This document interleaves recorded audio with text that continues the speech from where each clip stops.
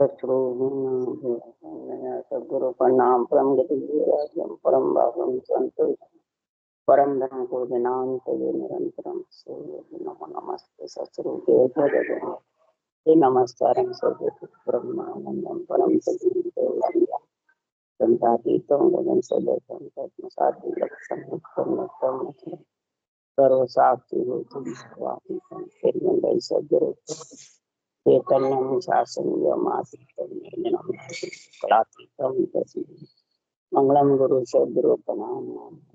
मंगलम शब्दार्थ शब्दागार धन्यवाद। परम दयाल सतगुरु दयाल की अमृत में वाणी का नजर पानी राम सदगुरु महाराज की अमृत में वाणी मकार नाम सद्गुरु सत्य नाम सूरज तेज नव करो शान करो मन शरणों सतत ज्ञान पद संगत साधु आजीवन मोक्ष सब धरती कागज सब बन कलम सात समुद्र सतगुरु हे सतगुरु अंतर जाने गद गद के जाने बारंबार हे राम जी महाराज बारंबार नमस्कार। हे राम हे राम हे राम हे राम रक्षा करो रक्षा करो रक्षा। अटल विठल राव राजा का सम्मान चल रहा है।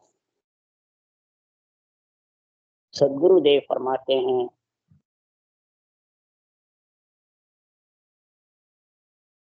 संसार में संतों का ज्ञान हुआ, शास्त्रों का ज्ञान है, हर एक जगह बसता है, हर एक जगह महाराज फरमाता है, इसका उच्चारण भी होता है। कई ज्ञानी संत साथ समझाने की कोशिश भी करते हैं। महिमा सब जगह होती है परमात्मा की, परमात्मा के नाम की, परमात्मा के ज्ञान की, सब जगह महिमा है। कोई ऐसी जगह नहीं जहां महिमा नहीं, परंतु वो मिले कैसे ये समझ बिरला में है। इसी प्रकार राग कई गाते हैं, परंतु गुण वो ही प्रगटा सकता है जिसके शुद्ध राग हो। भेड़सेड़ होगा जितने वो गुण प्रकट होगा, तो इधर भी भेड़सेड़ होगा किसका? साकार का निराकार, आन देव का, आन जार का, आन धर्म का। ये जब तक भेड़ रहेगा तब तक महाराज फरमाते उसमें मिलने की समझ आना बहुत कठिन।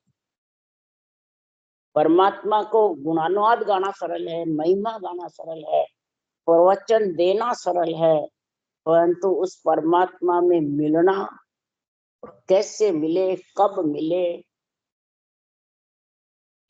और मिलने का उपाय क्या है, वो बिरला ही समझते। क्यों कि राग भी गा करके गुण प्रगटाना बिरला के पास।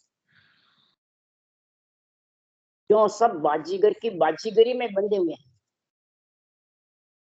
जो बाजीगरी में ये रूप में बंध जाते हैं, आन देव आन जार आन धर्म में बंध जाते हैं, तो फिर वो बाजीगर को परख नहीं सकते, समझ नहीं सकते, सिर्फ महिमा ही करेंगे परमात्मा की, पर परमात्मा के नाम को और निज नाम को समझ नहीं सकते। और नाम और निज नाम के बिना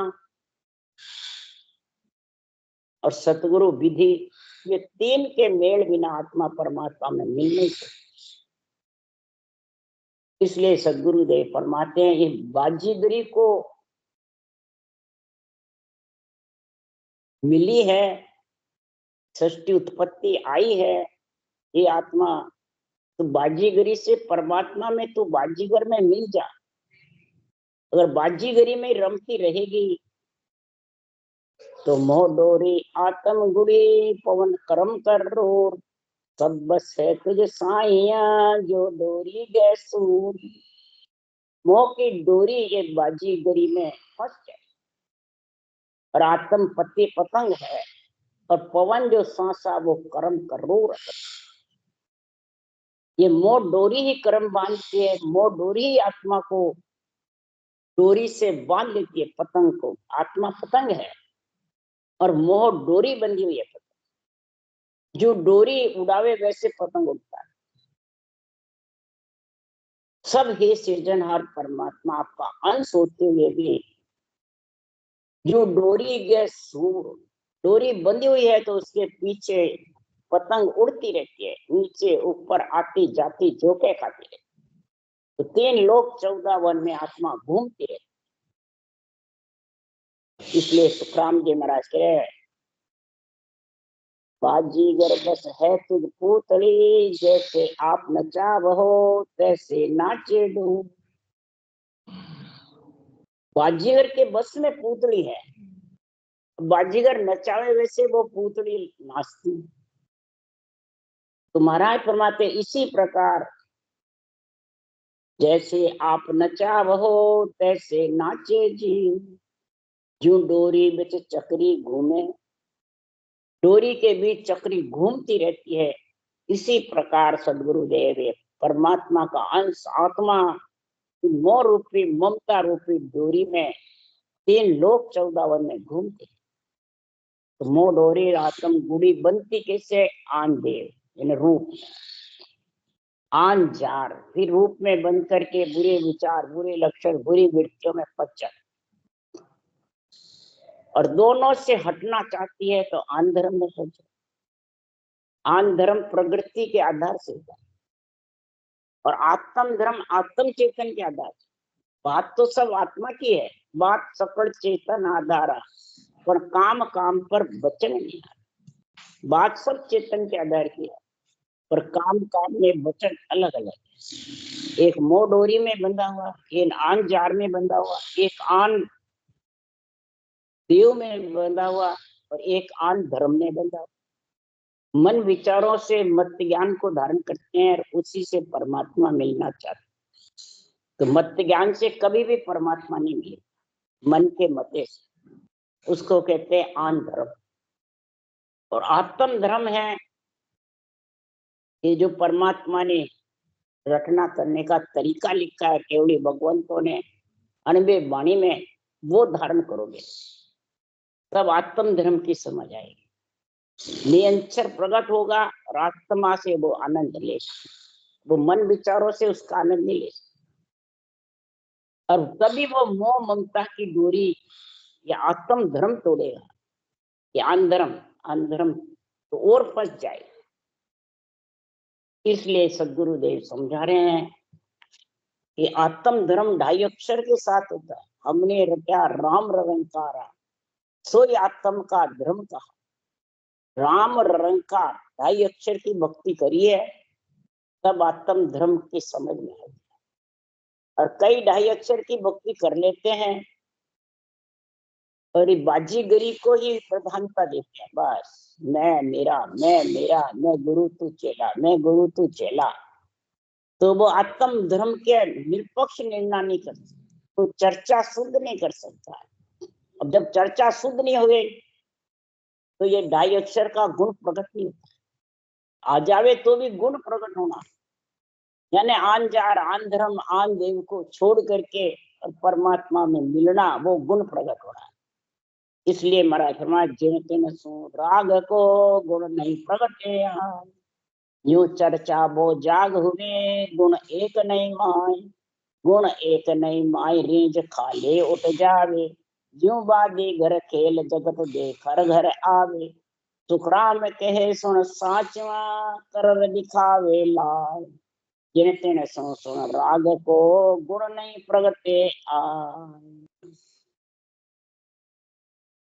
इस गुण प्रकट करने के लिए कोई बिरला ही है, तो ये शुद्ध चर्चा करने के लिए भी बिरला ही है। जगह जगह भले संगत होती हो, जगह जगह हो तो, पर ये निरंतर में मिलने का जो गुण है, उस देश परमात्मा में आत्मा का मिलने का जो गुण है, वो बिरली जगह, हर एक जगह मिलने वाला। क्यों संसार में जब ये प्रेम गुण प्रकट होता है जबरदस्त, तो तन थर्राता है, सबसे रोम रोम धूजते हैं। जैसे सिया का बुखार आता है, दूसता खूब, वैसे वो बस में नहीं रहता है।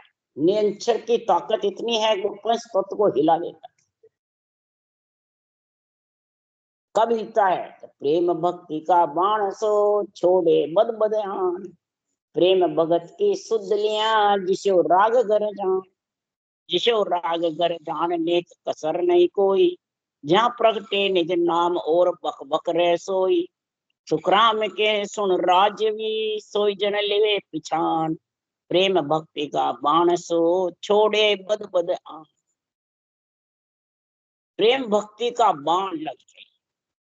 बाण चलाने से ही महाराज फरमाते हैं सूरवीर की परीक्षा होती है। मोर्चे पे लड़ने से ही सूरवीर की परीक्षा होती है। सत्य की परीक्षा होती है पति के साथ अग्नि में जड़ जावे। तो इधर प्रेम भक्ति की, प्रेमा भक्ति की, ढाई अक्षर के भक्ति के प्रेम की जगत में प्रकट है, तो छिने है, प्रकट है। महाराज फरमाते वो वही मुखार बन से बचन बोलेगा जिसके प्रेम भक्ति जबरदस्त है, केवल ज्ञान का गुण प्रकट हो गया और आत्मा परमात्मा में मिलने के लिए अग्रसर है। तो वो शेड़ भेड़ का निर्णय नहीं करेगा। वो माया के शरीर को केवल के साथ जोड़ेगा नहीं। माया के शरीर को केवल के साथ जोड़ेगा तो समझा उसके पास में गुण प्रकट नहीं होगा। भले नियंत्रण आज्ञा चाहिए सिमरन कर रहा हो, गुण प्रकट होना अलग चीज। और गुण प्रकट नहीं होता तो महाराज फरमाते हैं वो फिर काम आने वाला है। वो आत्मा परमात्मा में मिलने वाली नहीं। गुण जब प्रकट होगा कि आन देव आन जार आन धर्म को अंदर अर्थ करे। जो बेरंग अर्थ करते हैं, आन जार बताते हैं छोटे मोटे देवता को पूजना, आन देव बताते हैं ब्रह्मा विष्णु महेश शक्ति को, और आन धर्म बताते हैं नवदा भक्ति को। तो वो है क्या? ये सब बाँचने वाले 1000 में 999 ये अर्थ करते। तो ये अर्थ में क्या अंदर परमात्मा मिलने का गुण प्रकट हो जाएगा? हरगिज भी। क्यों? राग का घर तो कितना ही कर ले, गुण प्रकट नहीं होता है तो राग गाने से मतलब क्या? कसर है। कब तक कसर है? कि जब तक ये 3 का निर्णय अंदर नहीं घटाए और नाशवान शरीर को केवल ज्ञान के साथ जोड़ेगा नहीं। कई वाणी बासने वाले तनधारी गुरुदेव चाहिए, समय के गुरुदेव चाहिए। सुखराम जी तो है नहीं, तो समय के गुरुदेव कौन है? ये ऊंसा सांस राम नाम की रटना, ये समय के। ये जिसके आ गई उसकी सत्ता जागृत हो जाएगी, वो समय के। ये केवल ज्ञान है समय का गुरु के शरीरधारी है। सुखराम जी चले गए तो तेरे जो बाँच रहे हैं वो कैसे अमर रहेंगे? वो भी जाएंगे। अभी बैठे रवि चले जाए मृत लोक में, ओ दुख भारी मरता वार लगी, वार नहीं लगती है। इसलिए महाराज फरमाते हैं कि जिसके निज नाम प्रकट हो गया रोम रोम थर्राए। और कईयों के रोम रोम भी थर्राता है तो भी इस अनबी वाणी की समझ नहीं आती। क्यों नहीं आती है? वो 2-3 पीढ़ी से बस देवता सब आन है, बस देवता आन है। मेरा शरीर चलता देवल है, मैं बोल सकता हूँ, मैं चलता देवल हूँ। और देवता मूर्ति जड़ है। वो एक तत्व का है, मैं 5 तत्व। ये घट में घुसा रहता है। तो महाराज फरमाते तू 5 तत्व का है और मकान एक तत्व का बना हुआ है, पृथ्वी तत्व का। तो फिर एक तत्व बैठा क्यों? एक तत्व पे सोता है, एक तत्व पे 5 तत्व नाड़ा खोलता है, एक तत्व पे 5 तत्व चलता फिरता है, खाना खाना खाता है, सब बनाता है। एक तत्व पे खेती उपजाता है। तो फिर ये एक तत्व का आधार क्यों ले रखा है? एक तत्व कौन है? पृथ्वी तत्व। तो शरीर में पृथ्वी तत्व से ये हड्डियां ये बना हुआ है। श्वासा चल रहा है जितने तू शेर होला, और श्वासा निकले नहीं रही, एक तत्व रहेगा तेरा। और ये एक तत्व में मिल जाएगा। श्वासा खुटे नहीं, मोल श्वासा का है और श्वासा के साथ आत्मा का है। ये समझ, तब ये ढाई अक्षर की भक्ति का गुण प्रकट होगा। तब फिर गुण प्रकट होगा जब कैसी स्थिति होगी, निर्भय शब्द उच्चार प्रेम सु बोले आई, जहाँ जागे वो नाम नख चक के माई, जो दूजो होए भेड़ कबू साझन कोई लावे, तो नहीं प्रगटे नाम राग ज्यों घर तज जगावे। राग को घर से तज करके जो गाता है अपने मिजाज में घमंड में, मैं राग अच्छी गाता हूँ, तो राग नहीं गाता है, आपस में भिड़ते हैं, एक दूसरे के काट करते हैं, क्या वो अच्छी गाने वाले के गुण प्रकट होता है? राग का हिंडा चलने लग जाता है, घानी फिरने लग जाती है, या बरसात आ जाती है, तो फिर कहीं भी टोटा नहीं पड़ेगा, कहीं भी सूखा नहीं पड़ेगा, कहीं भी बाढ़ भी नहीं आएगी, होता तो नहीं है देखा। इसलिए सदगुरुदेव समझा रहे हैं कि ये केवल ज्ञान के जो वचन है, ये निर्भय शब्द है, भय रहित शब्द है। और ये आत्मा तो पंच तत्व के साथ में मोह ममता के बंधन में भय के साथ है, काल के साथ ही होना भय के साथ है, और काल से छुटकारा पाना ही भय से रहित निर्भय। तो निर्भय केवल ज्ञान है कि तू है। तू निर्भय कब होता है? तो प्रेम से तू ढाई अक्षर के सांस श्वास राम रटे, आधा अक्षर घट में 54वां प्रकट हो गए, तो 52 श्वास है, 53 श्वास है, और रकार मकार ब्रह्म और माया है। ये सबका कागड़िया पुरुष है और जिव्या स्त्री। श्वास स्त्री है पर श्वास पुरुष, श्वास माया है पर श्वास ब्रह्म है। श्वास सरगुण है, श्वास में रटना होती है, तो पर श्वास में होती है तो निर्गुण है, और केवल 54वां नियंत्रण प्रकट होता है आधा। तो नख चक में ये हुमा हो जाता है, कौन? नियंत्रण। जब उमा हो जाता है तो फिर उसके ये माया का बेड़ नहीं रहता है, माया तुच्छ लगती है। और जिसको समय के सदगुरु और भगत के सदगुरु तुकराम जी तो है नहीं, अभी ये है, कई जने इस वाणी को जड़ बताते हैं, तो ये थोड़ी बोल रही है, हम बोल रहे हैं, हमारे नियंत्रण है, वाणी में नियंत्रण नहीं है।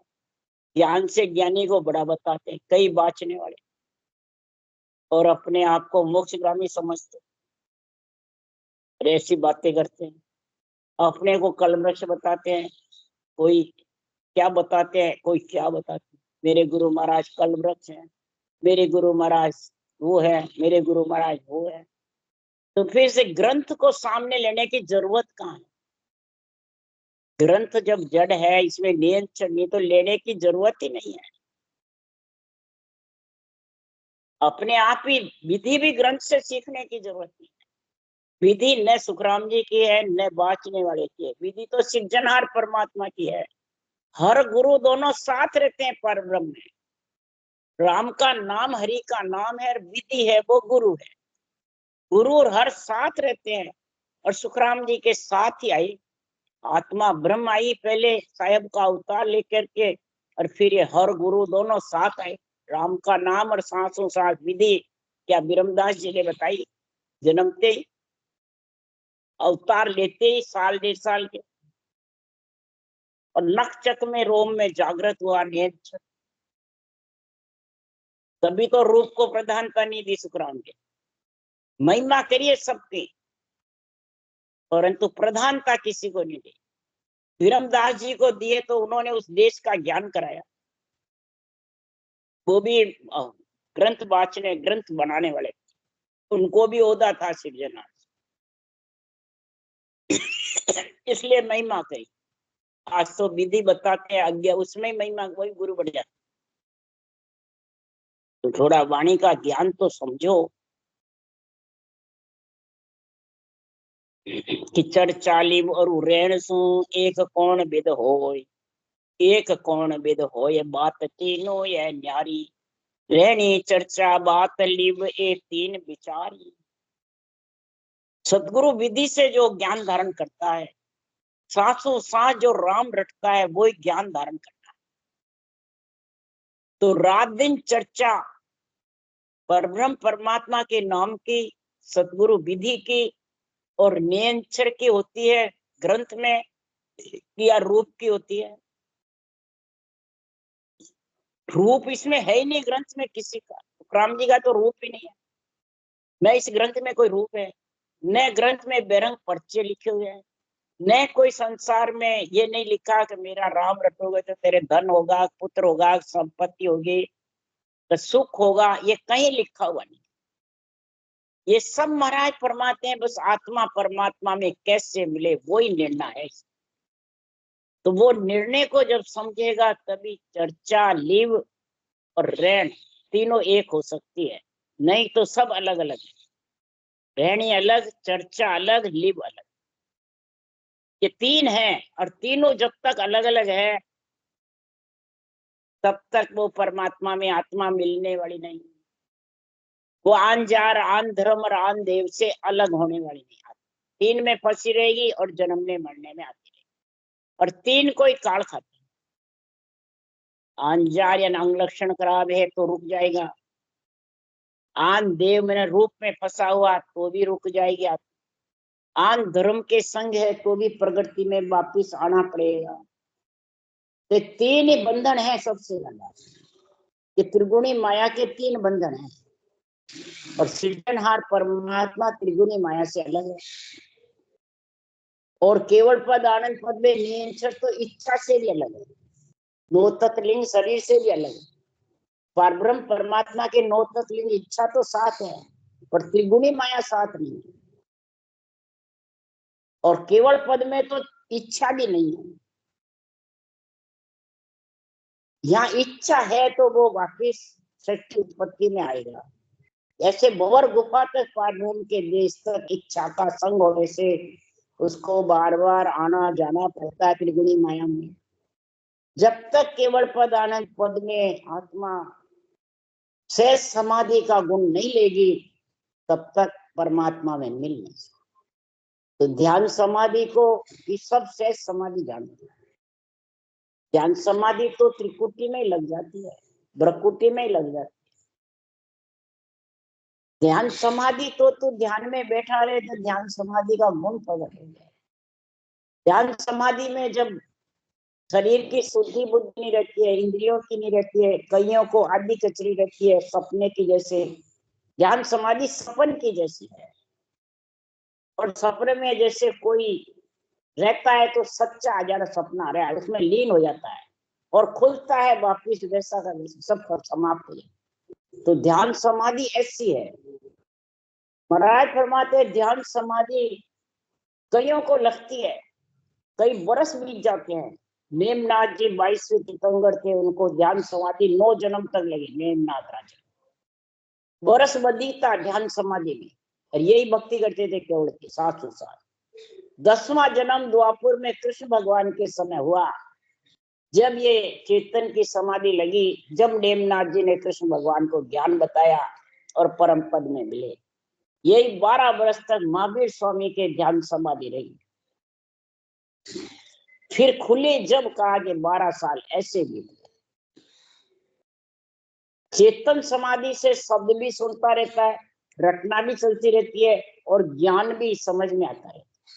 तीनों काम होते हैं। और ध्यान समाधि में न शब्द सुना जाता है, न रटना चलती है, न ज्ञान समझ में आता है।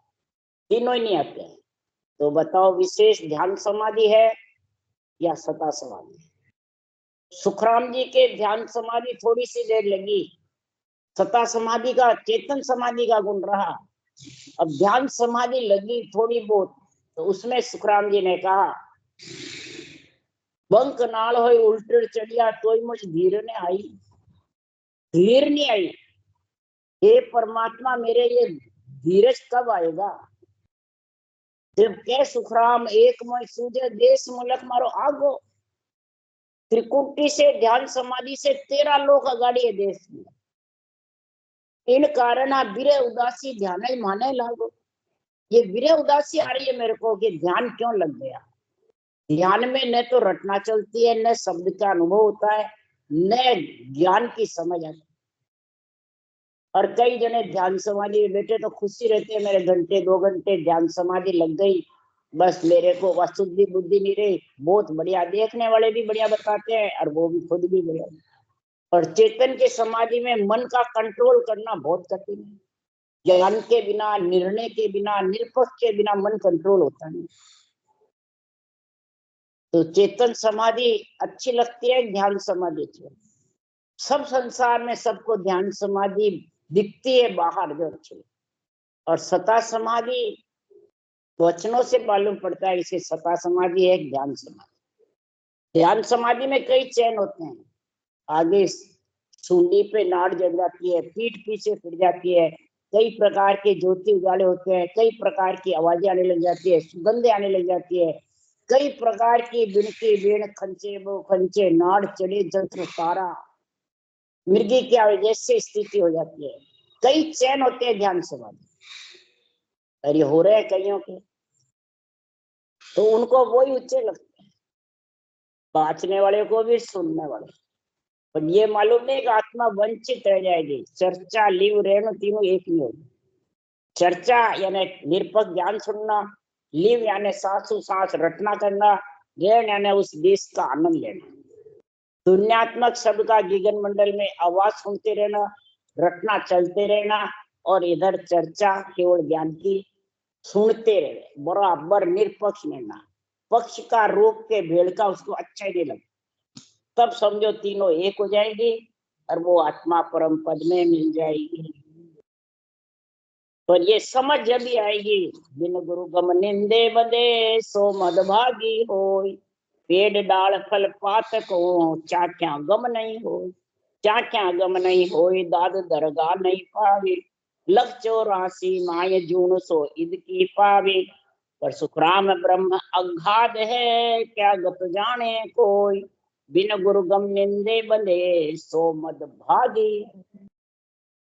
बिन गुरु ज्ञान के बिना, चर्चा लीव रहनी तीन के बिना, मिले के बिना जो कोई निंदा करता है या वंदना करता है, वो उस देश में मौत पहुंचा, वो बड़भागी नहीं, वो मदभागी है।